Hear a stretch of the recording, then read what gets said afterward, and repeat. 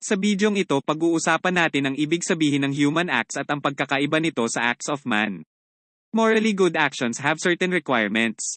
To be able to determine in all cases whether a choice being considered is moral, it is necessary to understand what is meant by the object, the intention, and the circumstances of a particular action. Wow! English. Una sa lahat, it is good to remind ourselves that only humans are capable of making moral choices. This is made possible through the intellect, freedom and voluntariness.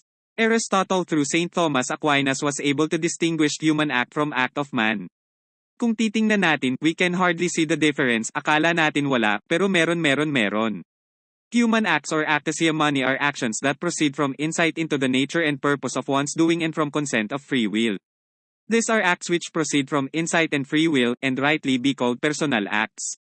These are actions, physical, spiritual, internal or external, that proceed from the deliberate free will of man. These are rational and willed actions that are proper only to man, which man does not share with the brutes, actions that require man's rationality. Sa madaling salita, when we speak of human act, there are three things or three elements that must be present. Una, the action must originate from a person having wisdom or knowledge or what we call discernment. Ibig sabihin, the individual must know whether or not the action is good or bad. Pangalawa, it should originate from a person having freedom. The person must be free. Dapat malaya ka at malaya mong ginagawa. If the person is not free, it can never be a human act. Kaya sa mga di malaya dyan, ang hirap diba? The action must originate from person with voluntariness or will.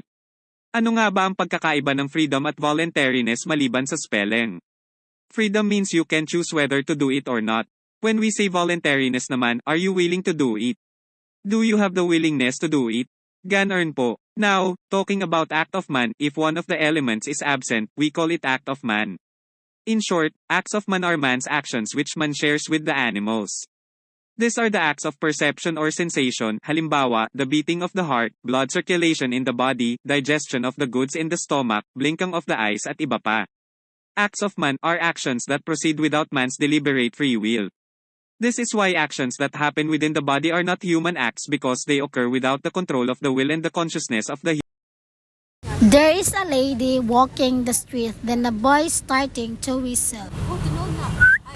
Then after that, the stranger realized the wrongdoing of the man. She turned back and approached the man. Ako sa barang manggod sir nga ako yung kita nga babae nga yung magsisigdan. I-remind nagtaka sir ba nga hindi buhat is against siya sa malaot. O kanang next time sir kanang nakakatago kailangan mo siya explain. Pwede mo siya counter sa iyo. Pwede lang mo, gusto pa ba lang mo? Basta kayo? Kana sir, kailangan mo sa akin sa tao sir na you know what?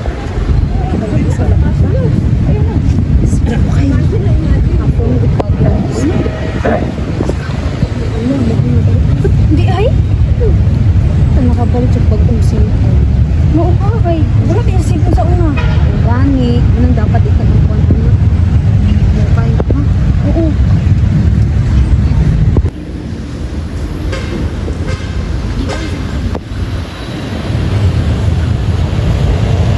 Hala, sana lagi yung cellphone king. Oh, lagi yan. Bugay na kayo mga content. Dahil ka bulan na ako dito. Nailag ka lang siya ka. Namin pinagbukan ng istorya ba? Anak sila kayo mo mag-start yung cellphone. Anong cellphone? Ay, kung ano sa loob. Namin mga dungan na naman. Pero wala na ako. Marami ko din sila ang pagsasiko. Lagi, basi masuya na sila sa emotic. At sana ka yung cellphone. Na isa ka babae ng nganlan na to Christine. Nga bago lang siya nagpuyos sa among barangay. Unya niabot siya isa ka tuig sugod sa ilang pagpuyo sa among barangay. Naka-barkadas siya nga naay mga bisyo. Ay, mayong bukas yung tanan. Og niabot nagpila ka bulan ang ilang pakig-amigo nila kay Christine, which is always na sila gauban sa iyang mga barkada sa inom, sigarilyo, og abi ni Christine ang biso sa iyang mga barkada, which is kanara. Pero niabot sa point nga sa sigig sabi ni Christine na matigdan niya ang iyang mga barkada na nauban is gamit og bawal na gamot which is shabu. Kaya ka nagpapadala. Illegal na droga, wag nang subukan.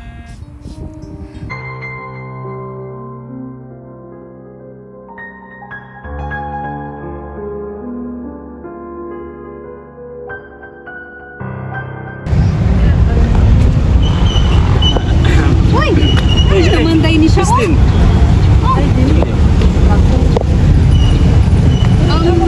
Ni ano ba? Nice. Tabo sa inyo ha. Kung sa man imong nakita mga binuhatan nato sa una, might as well na ay reksaba.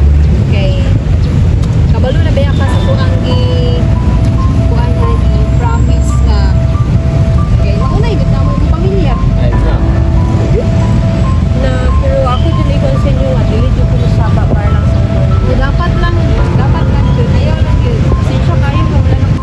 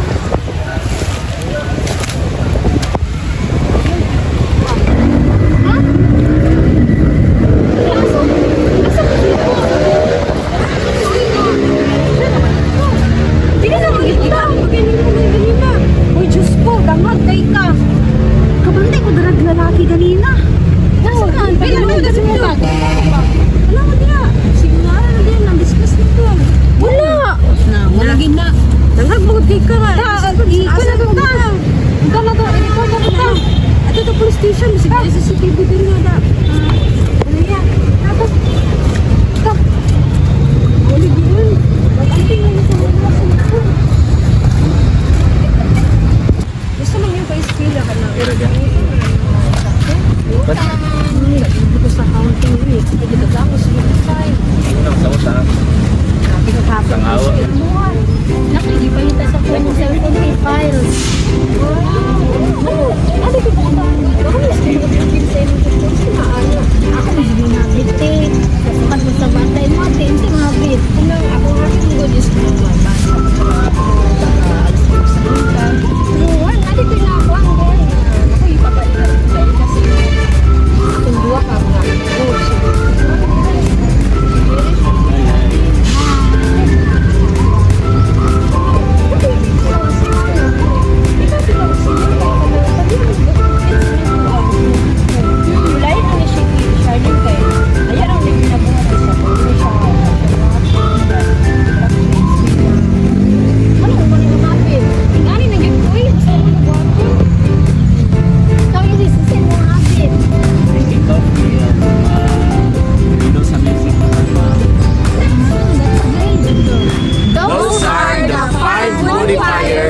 Human acts. Ignorance, Passion. fear, Violence. and habit.